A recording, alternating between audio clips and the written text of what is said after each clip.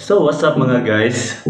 Karon pag in town ko naka-upload og balik ko ng video no kay sa ato ang YouTube channel, sa ato ang tutorial about personality sa suga.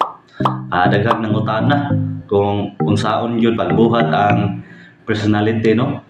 So para matubag na ko yung mga pangutana, palihog ko follow sa akong page, subscribe sa kuang YouTube channel nya, like and share para ma-updated mo sa kuang mga uploaded videos sa tuang mga tutorial.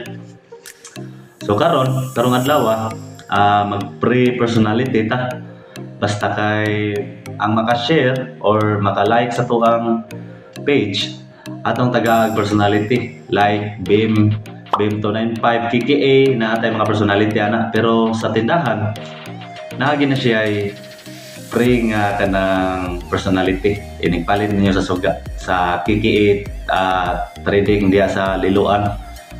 Inigpalit nyo ana na siya mga free. So katong mga wala pa yung mga personality ana nya naana na mga suga so i-message lang ko sa ko ang page nya, palihog like, follow and share nya, screenshot kung naka-follow or naka-share na baka sa ko ang video kani nga video para matagaan di kag personality. Natay mga personality sa CEOs tanan sa ilang suga, personality sa Lister 6i nata 230 BIM230 na. So katong magpabuhat sad personality i-PM lang ko sa ko ang Facebook page, mao na siya nya, i-message nya, make sure nga naka-share mo ni nga video o naka-follow mo sa ato ang page.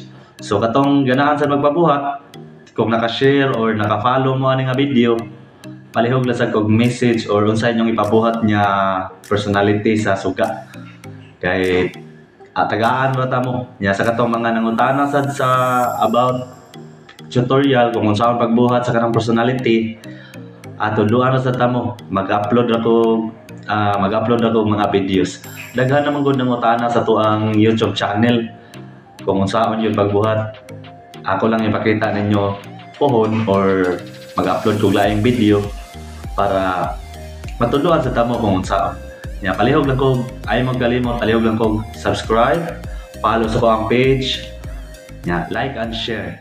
Daghang salamat.